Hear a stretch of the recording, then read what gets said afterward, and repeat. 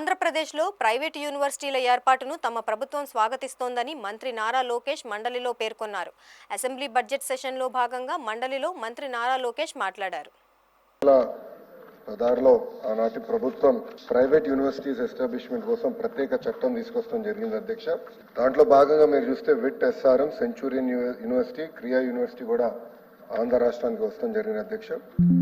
VIT SRM ఇక్కడ అమరావతిలో వస్తే, సెంచూరియన్ యూనివర్సిటీ ఏకంగా ఉత్తరాంధ్ర విజయనగరంలో వచ్చింది, క్రియా యూనివర్సిటీ నెల్లూరు జిల్లాలో వస్తాం జరిగింది. అంటే అభివృద్ధి వికేంద్రీకరణకి ఆనాడు కూడా మేము కట్టుబడి ఉన్నాం, చేసి చూపించడానికి ఇది ఒక ఉదాహరణ అధ్యక్ష.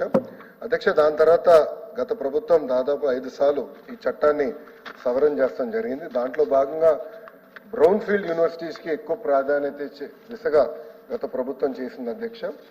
దాంట్లో మీరు చూస్తే బ్రౌన్ ఫీల్డ్ యూనివర్సిటీస్లో కూడా ఒక 4 యూనివర్సిటీస్ బ్రౌన్ ఫీల్డ్ యూనివర్సిటీస్ అంటే Mohan Babu university, Hanumachari university, Godavari global university, Aditya university, ఈ 4 యూనివర్సిటీస్ కూడా బ్రౌన్ ఫీల్డ్ యూనివర్సిటీ కింద వస్తాం జరిగింది అధ్యక్ష.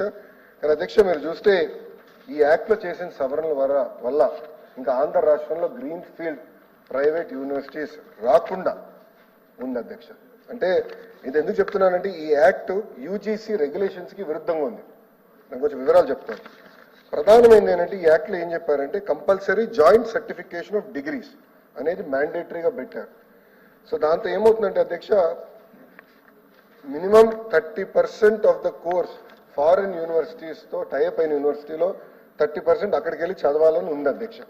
కానీ యూజీసీ ఏం చెప్తుందంటే ఒకవేళ ఒప్పందం చేయాలంటే కంపల్సరీగా నాక్ అక్రెడిటేషన్ ఉండాలి ఆ ఇన్స్టిట్యూషన్స్కి. మినిమం 2 గ్రాడ్యుయేటింగ్ బ్యాచెస్ అన్నా లేదా 6 సంవత్సరాల ఆఫ్ ఎగ్జిస్టెన్స్ ఉండాలి. అదేవిధంగా కనీసం 1000+ పబ్లికేషన్స్ చేసి ఉండాలి. క్యూఎస్ వరల్డ్ ర్యాంకింగ్స్లో institutions must have at least 3 graduating batches అని, ఎన్ఐఆర్ఎఫ్ ర్యాంకింగ్స్కి వచ్చేగల కనీసం 3 గ్రాడ్యుయేటింగ్ బ్యాచెస్ ఉండాలని యూజీసీ చెప్తుంది. అంటే మనం చేసిన చట్టాలు యూజీసీకి కాంట్రడిక్టరీగా ఉండటం వల్ల మనకి ప్రైవేట్ రంగంలో విశ్వవిద్యాలయాలు రాకుండా పోయినాయి అధ్యక్ష. మనం చూస్తే మనం జరిగిన ఎడ్యుకేషన్ దానిపైన కూడా మనం డిస్కస్ చేసాం. Gross enrolment ratio in higher education చూస్తే అధ్యక్ష ఆంధ్ర రాష్ట్రం 36.5% ఉంది.